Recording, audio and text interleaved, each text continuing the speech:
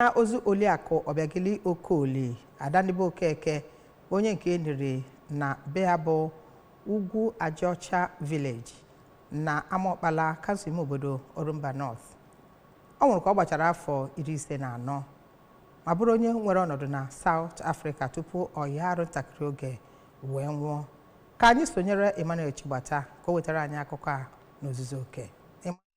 Chara ya bụ ozu di ya bụ onye lara mmụọ bụ Maazị Christian Okoli kwuru na ya bụ ọnwụ nwunye ya wutere ya nke ukwuu ma kọwaa anya dịka onye hụrụ ya n'anya nakwa ezi mkpịsị ngụ ya. Nwa ya bụ onye lara mmụọ bụ Maazị Emmanuel Okoli sịrị na o wutere ya na nne ya lara mmụọ ma kọwaa anya dịka ezi nne. N'iti ya bụ ezinụlọ aka n'obi ka Dọkịta Chukwudi Okeke nke bụ onye isi Oxfordshire Sherwood District Council kọwara ya bụ onye lara mmụọ dịka onye nke ama ama na obodo Amokpala tinyere ọrụ nke ọ na-arụgasị n'ịkwanyite ọnọdụ ndị mmadụ site na Amokpala. Abụ m Emmanuel Chigbata maka akụkọ ụwa ABS.